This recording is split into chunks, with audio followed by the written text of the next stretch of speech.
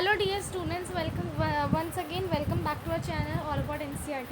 I hope that you all are fine and doing well in your studies as well. Dear students, जैसे कि आप लोग जानते ही हैं कि अभी हमारा चल रहा है ग्रेविटेशन चैप्टर। प्रीवियस वीडियो में मैंने बात की थी यूनिवर्सल लॉ ऑफ ग्रेविटेशन की। आज जो हम पढ़ने वाले हैं वो है the importance of universal law of gravitation, free fall का कॉन्सेप्ट, और साथ ही साथ अगर ज़्यादा टाइम बचा तो हम लोग जी यानी कि आपका जो स्मॉल जी होता है उसके बारे में भी देखेंगे। बट फिलहाल तो आज के जो मेन टॉपिक्स हैं वो है the importance of universal law of gravitation and the free fall. तो चलिए स्टार्ट करते हैं आज का टॉपिक।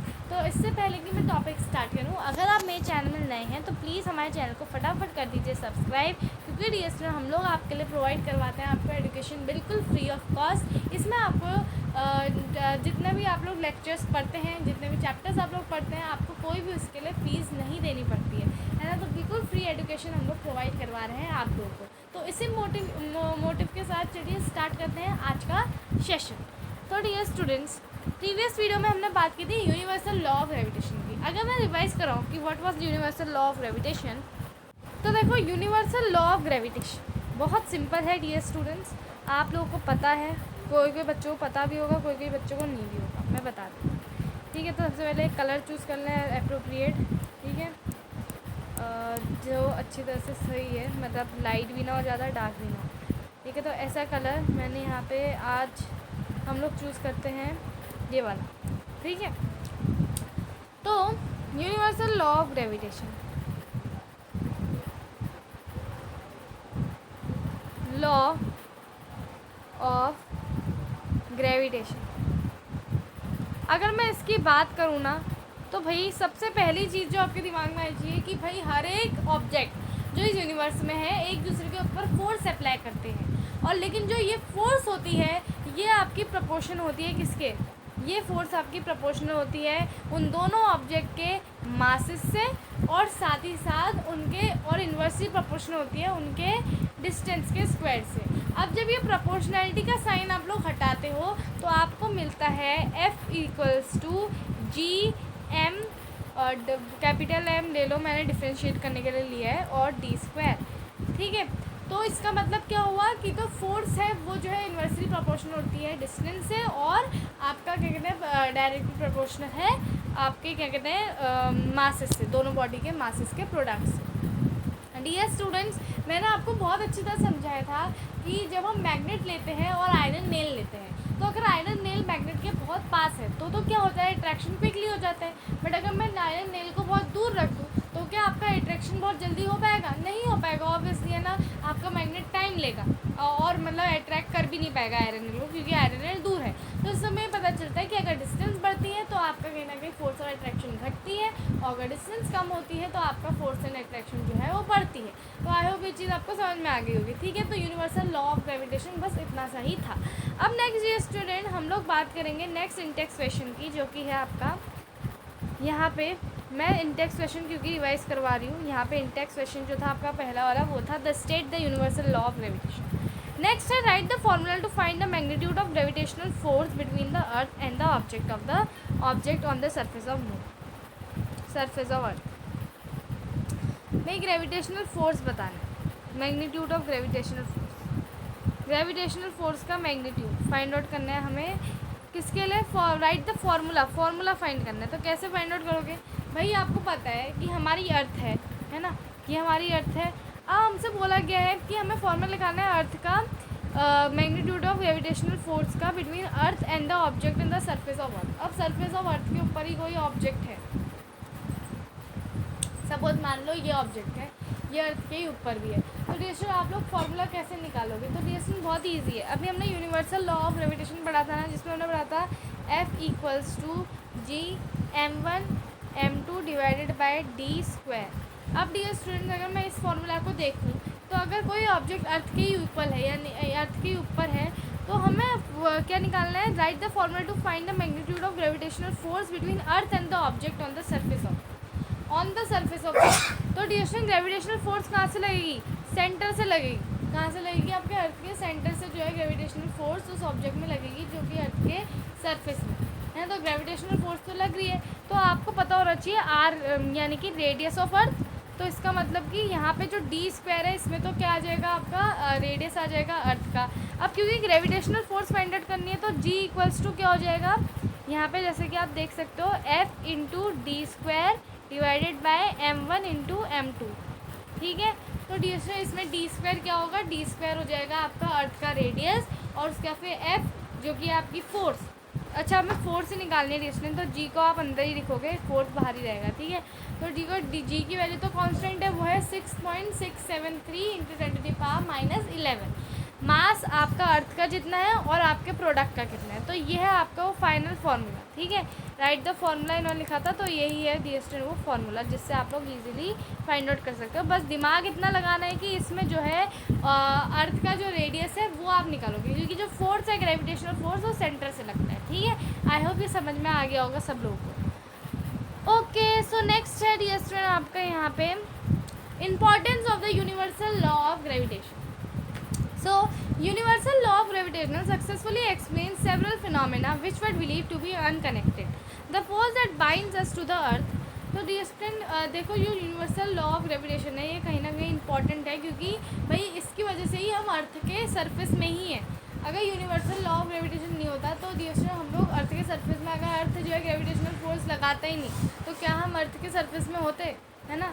तो नेक्स्ट है the motion of the moon around the earth. अब देखो मून का मोशन अराउंड द अर्थ हो रहा है, क्यों हो रहा है, क्योंकि अर्थ जो है ग्रेविटेशनल फोर्स अप्लाई कर रहा है, सेंट्रीपिटल फोर्स लग रहा है मून में, तब मून जो है अपनी ऑर्बिट में ही है।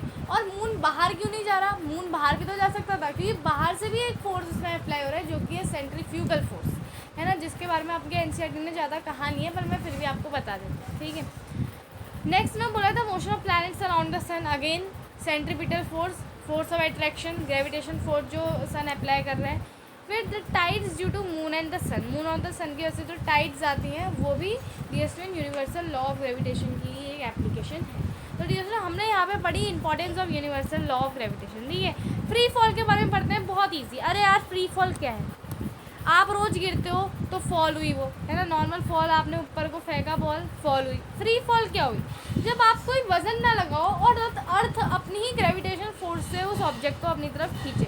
जैसे फॉर एन एग्जांपल आप एक बॉल लो अपने हाथ में और ऊपर से उसको छोड़ दो नीचे, जब आप नीचे छोड़ोगे तो बॉल नीचे गिरेगी, यानी कि वो बॉल आपकी ताकत से नहीं गिरी है, आपने फोर्स लगाया इसलिए बॉल नहीं गिरी, आपने तो खाली इस बॉल को अपने हाथ से छोड़ दिया, तो बॉल नीचे क्यों आई, क्योंकि अर्थ ने उसको खींचा, तो इसको हम लोग कहते हैं फ्री फॉल। ठीक है, so we'll have learn that earth attracts to object towards it, this is due to the gravitational force, whenever the object fall towards the earth under this force alone we say that object are in free fall। ठीक है ना, हमने ये पढ़ा है कि भाई अर्थ जो है अपनी तरफ ऑब्जेक्ट को अट्रैक्ट करती है। तो डिस्टेंस जब भी जो है आपका और this is due to gravitational force, ये भी हमें पता है कि ये क्यों होता है, ग्रेविटेशनल फोर्स की वजह से होता है ना। तो व्हेनेवर जो ऑब्जेक्ट होता है वो अर्थ में गिरता है सिर्फ और सिर्फ अर्थ की ही अट्रैक्शन फोर्स की वजह से, तो तब ऐसे ऑब्जेक्ट्स को हम लोग कहते हैं, ऐसे ऑब्जेक्ट्स को हम कहते हैं कि ये ऑब्जेक्ट जो है ये फ्री फॉल में है। Is there any change in velocity of falling object. अब देखो डियर सिंपल सी बात है, आपका ऑब्जेक्ट इनिशियली रेस्ट में था, जब आपने ऑब्जेक्ट को फेंका, ठीक है, तो क्या आपकी वेलोसिटी में चेंज आता है जब आप ऑब्जेक्ट को फेंकते हो। अरे डियर स्टूडेंट, जब आपने ऑब्जेक्ट को ऊपर से फेंका तो इनिशियली आपकी ऑब्जेक्ट की जो वेलोसिटी थी वो जीरो थी, बिकॉज आपने अपने हाथ से छोड़ा, इनिशियली वो ऑब्जेक्ट जीरो में था। अब जब बॉल को आप अपने हाथ में पकड़ते हो तो इनिशियली तो बॉल की जो वेलोसिटी है वो जीरो होती है, जब आप नीचे फेंकते हो तो उसकी जो वेलोसिटी है वो इंक्रीज होते जाती है, क्योंकि भाई आपकी जो अर्थ है वो ग्रेविटेशन फोर्स अप्लाई करती है। तो yes there is change in velocity. ठीक है, so there is while falling there is no change in direction of motion of the object, but due to earth's attraction there will be change in magnitude of the velocity. Any change in velocity involves acceleration. Whenever an object falls towards the earth, an acceleration is involved. The acceleration is due to earth's gravitational force. देखो dear student, जब कोई भी object जो है जिसकी velocity change होती है, हमें पता है कि भाई जब जैसे ही चेंज इन वेलोसिटी आया वैसे ही एक्सीलरेशन आया। और यहाँ तो मैंने आपको एक सिंपल से एग्जांपल दे दिया, जैसे आप बॉल लो एक अपने हाथ में, उसको इनिशियली अपने हाथ में, अब इनिशियली आपकी बॉल जो है आपके हाथ में है, तो इनिशियली उसकी वेलोसिटी क्या हो जाएगी, ज़ीरो हो जाएगी। बट जैसे जैसे बॉल जो है नीचे जाएगी, क्योंकि भाई बॉल को कौन खींच रहा है, बॉल को खींच रही है आपकी प्यारी अर्थ, है ना। तो जब बॉल को आपकी प्यारी अर्थ खींचेगी तो इसका मतलब सिंपल सा है कि बॉल की वेलोसिटी का जो मैग्नीट्यूड है वो चेंज होगा, क्योंकि भाई बॉल जब आपके नीचे गिरी तो एक ही डायरेक्शन में गिर रही है ना, डायरेक्शन चेंज नहीं हो रही है, इसका मतलब डायरेक्शन की वजह से वेलोसिटी चेंज नहीं होगी। बट क्योंकि बॉल का मैग्नीट्यूड चेंज हो रहा है इसलिए वेलोसिटी चेंज होगी। और जैसे ही वेलोसिटी चेंज हुई, जैसे ही वेलोसिटी में चेंज आया, वैसे ही आपकी एंट्री हो गई एक्सेलरेशन भाई की। एक्सेलरेशन भाई आपका आ गया वहाँ पे, है ना। Velocity change equals to acceleration, ठीक है। अब देखो, जब कोई ऑब्जेक्ट नीचे अर्थ की तरफ गिरता है तो एक्सेलरेशन इन्वॉल्व होता है। अब ये जो एक्सेलरेशन होता है ये होता है अर्थ की ग्रेविटेशनल फोर्स की वजह से। क्यों होता है ग्रेविटेशनल फोर्स की वजह से, मैं बताती हूँ। अब देखो भाई, सिंपल सी बात है भाई, अब जब आप कोई ऑब्जेक्ट है उसकी वेलोसिटी, इनिशियल वेलोसिटी है 0, बॉल को ही ले लो, है ना। बॉल को नीचे फेंकोगे तो बॉल नीचे, आप ताकत लगा के नहीं फेंक रहे हो, आप तो खाली अपना हाथ खोल रहे हो, तो बॉल नीचे अपने आप आ जाएगी। बॉल नीचे क्यों आई, क्योंकि भाई अर्थ ने अपनी ग्रेविटेशनल फोर्स लगाई, अर्थ ने भाई अपना खींचना शुरू करा बॉल को अपने नीचे, तब बॉल नीचे आई। इसका मतलब बॉल नीचे क्यों आ रही है, अर्थ की ग्रेविटेशनल फोर्स की वजह से, है ना। तो अब जब बॉल अर्थ की ग्रेविटेशनल फोर्स की वजह से नीचे आ रही है, और जब बॉल नीचे आ रही है तो उसकी वेलोसिटी इंक्रीज़ हो रही है। क्यों हो रही है इंक्रीज़, अर्थ ने ग्रेविटेशनल फोर्स लगाया है। इसका मतलब चेंज इन वेलोसिटी क्यों आ रहा है, अर्थ की वजह से आ रहा है, इस अर्थ की ग्रेविटेशनल फोर्स की वजह से आ रहा है। इसका मतलब अर्थ की ग्रेविटेशनल फोर्स की ही वजह से आपका एक्सेलरेशन आ रहा है। और अब जब एक्सेलरेशन अर्थ की ग्रेविटेशनल फोर्स की वजह से आ रहा है तो हम इसको कहते हैं acceleration due to earth gravitational force. Therefore this acceleration is the acceleration due to gravitational force of earth और the acceleration due to gravity. इसलिए डियर स्टूडेंट इस टाइप के एक्सेलरेशन को हम कहते हैं एक्सेलरेशन ड्यू टू ग्रेविटी। बहुत simple है डियर स्टूडेंट। देखो, अर्थ ने ग्रेविटेशनल फोर्स लगाई तब आपकी बॉल नीचे गिरी। अब जब आपकी बॉल नीचे गिरी तो change in velocity I. Change in velocity क्यों आई, क्योंकि अर्थ की ग्रेविटेशनल फोर्स लगी थी। अब चेंज इन वेलोसिटी आई, इसका मतलब एक्सेलरेशन आया। एक्सेलरेशन क्यों आया, क्योंकि अर्थ की ग्रेविटेशनल फोर्स लगी थी। तो ultimately acceleration is due to gravity. Earth की जो ग्रेविटेशनल फोर्स होती है उसको हम लोग ग्रेविटी कहते हैं। मैं ऑलरेडी आपको डिफरेंस बता चुकी हूँ ग्रेविटेशनल फोर्स और ग्रेविटी में। मैंने आपको बताया था कि ग्रेविटेशनल फोर्स क्या होती है। ग्रेविटेशनल फोर्स होती है दो ऑब्जेक्ट के बीच में लगने वाली फोर्स ऑफ अट्रैक्शन। लेकिन ग्रेविटी क्या होती है, ग्रेविटी सिर्फ वही फोर्स ऑफ अट्रैक्शन होती है जो सिर्फ अर्थ अप्लाई करती है ऑब्जेक्ट में। और यहाँ पे अर्थ की वजह से एक्सेलरेशन आ रहा है, इसलिए हम लोग इसको कहेंगे एक्सेलरेशन ड्यू टू ग्रेविटी। ठीक है डियर, इसको हम लोग डिनोट करते हैं स्मॉल जी से। अभी तक जब आप पढ़ रहे थे कौन सा चैप्टर, मोशन, तो हम ऐसे ही जी ले रहे थे एक्सेलरेशन, क्योंकि एक्सेलरेशन कांस्टेंट था जब नीचे गिर रहा था। लेकिन क्यों है कांस्टेंट, क्योंकि भाई अब हमने पढ़ लिया कि ग्रेविटेशन वाले चैप्टर से कि भाई ये एक्सेलरेशन ग्रेविटी की वजह से आ रहा है, इसलिए हम लोग इसको छोटे जी से रिप्रेजेंट करते हैं। अब ये छोटे जी की वैल्यू भी होती है, हाँ बिल्कुल होती है। अभी तक हमने बड़े वाले जी की वैल्यू पढ़ी थी जो कि है 6.6, हमने क्या पढ़ी थी टीएस में, बड़े वाले जी की वैल्यू हमने पढ़ी थी 6.673 इंटू 10⁻⁻11। ठीक है, तो ये हो जाएगा 6.673 इंटू 10⁻11। छोटे वाले डी की वैल्यू है, हाँ बिल्कुल है, कितनी है 9.8 मीटर सेकेंड स्क्वायर है, मीटर पर second square.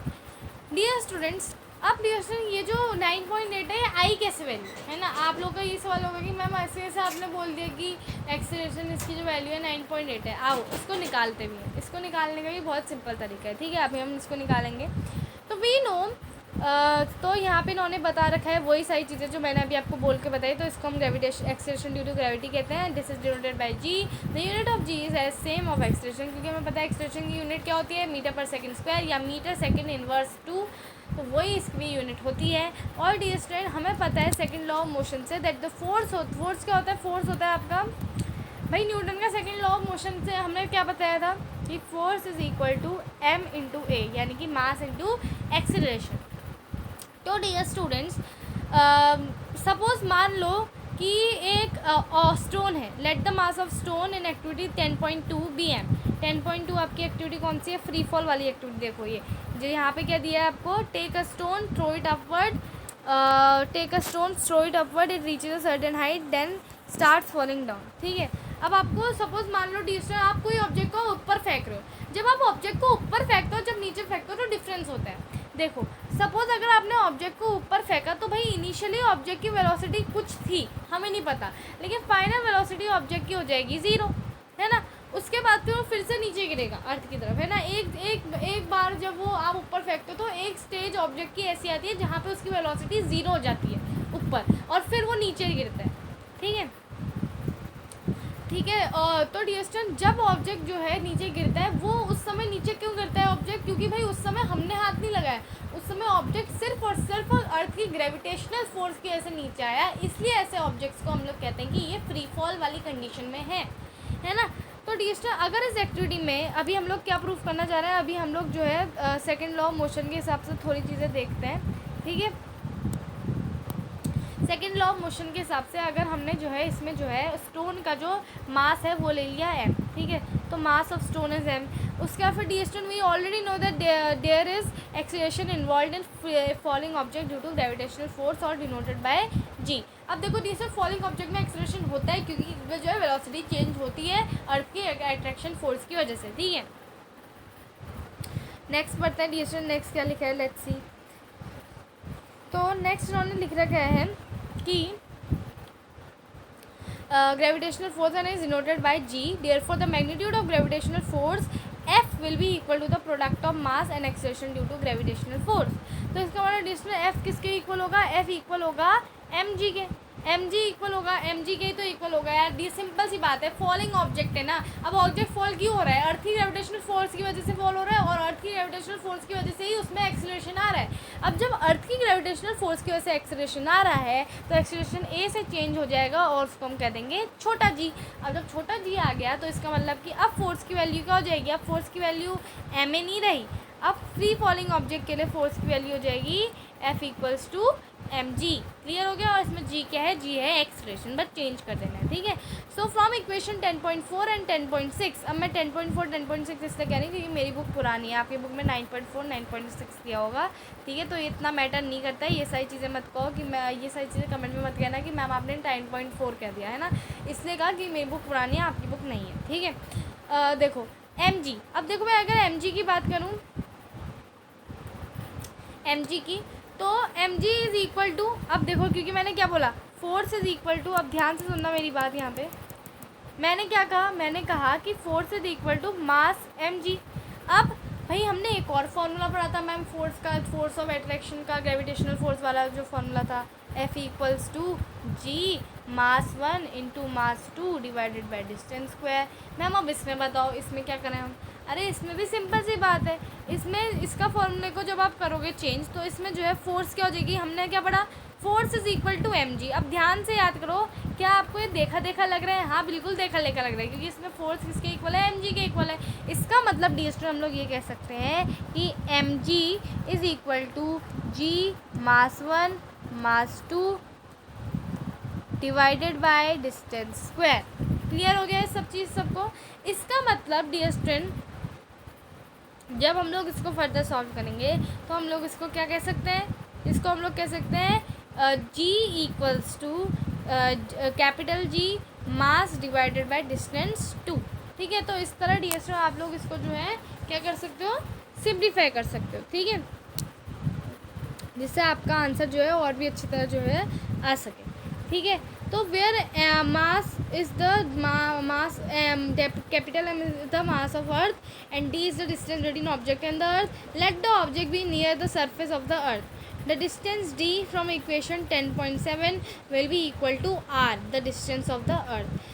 Thus for the object near the surface of earth, the earth is not a perfect sphere.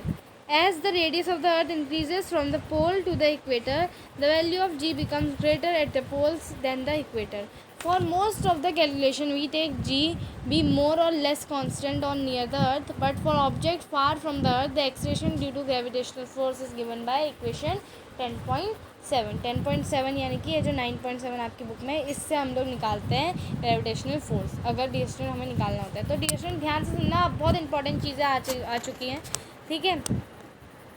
ये चीज़ें आपके लिए समझनी बहुत ज़्यादा ज़रूरी हैं, तो इसके लिए मैं एक स्क्रीन ले रही हूँ यहाँ पे ताकि आपको अच्छी तरह समझ में आ जाए, ठीक है। अब देखो डिस्टेंस, ध्यान से बात सुन, अभी तक हमने जो पढ़ा था वो था ये m g is equal to G mass 1 into mass 2 divided by distance square, ठीक है। और हम लोग इसको क्या कह सकते हैं, g equals to capital G m divided by distance square. ये भी हम लोग इसको कह सकते हैं क्योंकि m और m कैंसिल आउट हो जाएंगे ना, ये दोनों कैंसिल आउट हो जाएंगे क्योंकि छोटा m है एक बड़ा m है, ठीक है। बुक का फॉर्मूला लिखूँ तो बुक का फॉर्मूला ये है डियर स्टूडेंट, ये capital M into small m। तो अब देखो स्मॉल m कैंसिल और डिवाइडेड बाय डिस्टेंस स्क्वायर, तो हम इसको ये भी तो कह सकते हैं G equals to capital G M divided by distance square. बात एक ही है ना, आप जब सॉल्व करोगे तब भी कैंसिल आउट तो होना ही है, ठीक है। अब देखो डिस्टेंस, इसमें जो m है कैपिटल M, ये क्या है, मास ऑफ अर्थ है। अब मैंने आपको एक चीज़ बताई थी कि अर्थ में कोई ऑब्जेक्ट है, जब अर्थ में गिरता है तो भाई अर्थ में जो ग्रेविटेशनल फोर्स है वो अप्लाई होती है सेंटर से, तो इसमें जो डिस्टेंस होगी वो अर्थ का रेडियस होगा, ठीक है। तो and d is the distance between object and the अर्थ। तो इसमें हमने पढ़ा कि ऑब्जेक्ट मतलब लेट एन ऑब्जेक्ट ऑन और नियर द सरफेस ऑफ अर्थ, तो इसमें जो डिस्टेंस होगी वो क्या होगी, इक्वल टू आर, जो कि है रेडियस अर्थ का। मैंने बताया ना सेंटर से फोर्स एक्सर्ट होगी, तो इसलिए तो ऑब्जेक्ट तो रेडियस जो डिस्टेंस है वो आप लोगे अर्थ का रेडियस, ठीक है। तो m g equals to G capital M multiply by small m divided by R square, और g is equal to G M divided by R square, ठीक है। तो यहाँ पे डी की जगह आप लोग आर कर सकते हो, ठीक है। अब डियर स्टूडेंट हमें ये चीज़ पता होनी चाहिए, ठीक है। तो ये तो सबको समझ में आ गया ना कि कैसे इस फार्मूला निकल के आया, ये कैसे आपका ये वाला फार्मूला निकल के आया, सबको क्लियर हो गई ये वाली बात कि ये फार्मूला कैसे निकल के आया। मैंने बहुत अच्छी तरह से पढ़ा दिया डियर स्टूडेंट कैसे निकल गया। सिंप्लीफाई करते रहो ना, चीज़ों को सिंप्लीफाई करो, आपके लिए आसान होते जाएंगी, है ना। क्योंकि डियर स्टूडेंट फोर्स लगती है सेंटर से, इससे मैंने डिस्टेंस को आर स्क्वायर कर दिया, रेडियस स्क्वायर, कोई गलत चीज़ तो करी नहीं इसमें। तो डिस्टूडेंट आई होप आप लोगों को इतना सब तो समझ में आ गया होगा। अब नेक्स्ट चीज़ जो हम पढ़ने वाले हैं वो चीज़ है यहाँ पे अर्थ के बारे में, कि भाई ये जो कांस्टेंट नहीं रहता है, जो आपका छोटा जी होता है। देखो जो अर्थ है डिस्टूडेंट परफेक्ट स्क्वायर नहीं है, इसका शेप बहुत अजीब होता है ना। आप कह सकते हो जियोइड शेप की अर्थ होती है, बहुत ही ख़राब अर्थ है, पता नहीं मेरे को समझ में नहीं आता इसका शेप क्या है। बड़ी क्लासों में आप पढ़ोगे इसका बहुत अजीब शेप है अर्थ का, ठीक है। जियोइड टाइप का, स्फेयर भी हम लोग नहीं कह सकते इसको, है ना। अगर मैं सर्कल की बात करूं डियर स्टूडेंट्स, तो सर्कल में तो बड़ा इजी था, हर जगह आपकी जो है वेलोसिटी चेंज होती है, सब चीज़ सही था। लेकिन सर्कल की एक चीज़ आपने पढ़ी होगी, what is the difference between circle and sphere. Circle और स्फेयर का जो मेन डिफरेंस है डिस्टेंस वो यही है कि भाई सर्कल का जो रेडियस है वो कांस्टेंट रहता है। आपका अगर मैं सर्कल की बात करूँ, this is circle, this is sphere. अब अगर मैं सर्कल की बात करूँ तो सर्कल का रेडियस इधर से इधर तक सेम रहेगा, इधर से इधर तक सेम रहेगा, इधर से इधर तक, इधर से इधर तक, हर जगह आपका सेम रहेगा। तो आप जो है जी की वैल्यू आपकी चेंज नहीं होगी। लेकिन अगर मैं स्पेयर की बात करूँ तो भाई स्पेयर में आपका इधर का रेडियस सेम है इधर के रेडियस से, लेकिन इधर का रेडियस डिफरेंट है, इधर का रेडियस डिफरेंट है, इधर का डिफरेंस है, पोल की तरफ कुछ और है, वाले पोल की तरफ कुछ और है ना। तो वही कहीं ना कहीं जो रेडियस है वो या तो डिक्रीज़ होते रहता है या इंक्रीज़ होते रहते हैं। तो जो जी की वैल्यू है वो कांस्टेंट नहीं रहती है, ठीक है। तो as the radius of earth increases at from the poles to the equator, तो पोल्स में इंक्रीज होते रहते हैं रेडियस, और पोल जो बाद में बीच के एरिया इसमें डिक्रीज होता है ना। तो इसलिए जो वैल्यू होती है जी की वो जो है पोल्स की तरफ जो है कहीं ना कहीं ग्रेटर हो जाती है देन द इक्वेटर, ठीक है। तो उसकी वजह से क्या होता है, पोल की तरफ जो जी की वैल्यू होती है यानी कि वो बड़ी हो जाती है। क्योंकि देखो ना, एक चीज़ समझो, यहाँ पे रिलेशनशिप क्या बताई मैंने, ये ध्यान से रिलेट करा करो हर चीज़ को, फिजिक्स बहुत आसान हो जाएगी। मैं बता रही हूँ, आर स्क्वायर बताई थी, आर और जी के बीच में रिलेशन कैसी है, इन्वर्सली प्रोपोर्शनल रिलेशन है ना। तो इसका मतलब कि अगर आर स्क्वायर जो है आपका बढ़ेगा, रेडियस आपका इंक्रीज़ होगा तो जी की वैल्यू घट जाएगी, रेडियस डिक्रीज़ होगा, जी की वैल्यू इंक्रीज़ हो जाएगी। डेट्स इट, इतना ही चीज़ है, बस छोटी सी चीज़ है आपकी, ठीक है। तो radius of the earth increases from the poles to the equator, मतलब पोल्स की तरफ जो रेडियस होता है वो कम होता है, जो धीरे धीरे इक्वेटर की तरफ बढ़ता रहता है। तो इस वजह से डिस्टेंस क्या होता है, वैल्यू जो होती है जी की वो ग्रेटर हो जाती है पोल्स की तरफ देन द इक्वेटर। तो ज़्यादातर कैलकुलेशन में हम लोग जी को जो है ज़्यादा या कम कांस्टेंट लेते हैं नियर द अर्थ।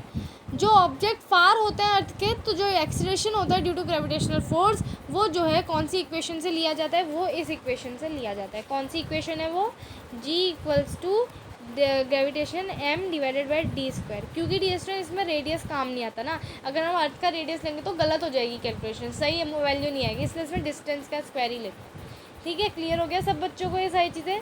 तो डिस्टन आई होप आप लोगों को समझ में आ गया होगा क्यों हम लोग जो है क्या कहते हैं, कोई ऑब्जेक्ट जब अर्थ से बहुत ज़्यादा दूर होता है तो उसके लिए एक दूसरी इक्वेशन यूज़ करते हैं, क्योंकि डियर स्टूडेंट उस समय रेडियस काम नहीं आता, क्योंकि हमें पता है कि अर्थ का शेप बड़ा अजीब है ना, पोल्स की तरफ थोड़ा कम रेडियस है, उसकी तरफ थोड़ा ज़्यादा है ना, तो इसकी वजह से जो है जो जी की वैल्यू होती है वो इंक्रीज़ हो जाती है पोल्स की तरफ। तो इसकी वजह से डियर स्टूडेंट क्या होता है, जी की जो वैल्यू है वो कांस्टेंट नहीं है ना, और जो ऑब्जेक्ट बहुत दूर होता है अर्थ के लिए उसके लिए हम लोग जो है डिस्टेंस लेते हैं, हम लोग अर्थ से जो है डिस्टेंस करके जो है अच्छी तरह कैलकुलेशन करेंगे, रेडियस नहीं लेंगे अर्थ का डायरेक्ट, क्योंकि अर्थ का रेडियस लेंगे तो आंसर गलत आ जाएगा, क्योंकि अर्थ का रेडियस हर जगह कांस्टेंट नहीं है, बीच में कुछ अलग है, वहाँ कुछ अलग है ना। सर्कल की बात करती मैं, तो सर्कल तो अगर अर्थ सर्कल होती तो it would be very easy for us कि भाई कहीं से भी ले लो, रेडियस हर जगह सेम है, लेकिन स्पेयर है, स्पेयर होने में अजीब है ना बेटा पार्ट।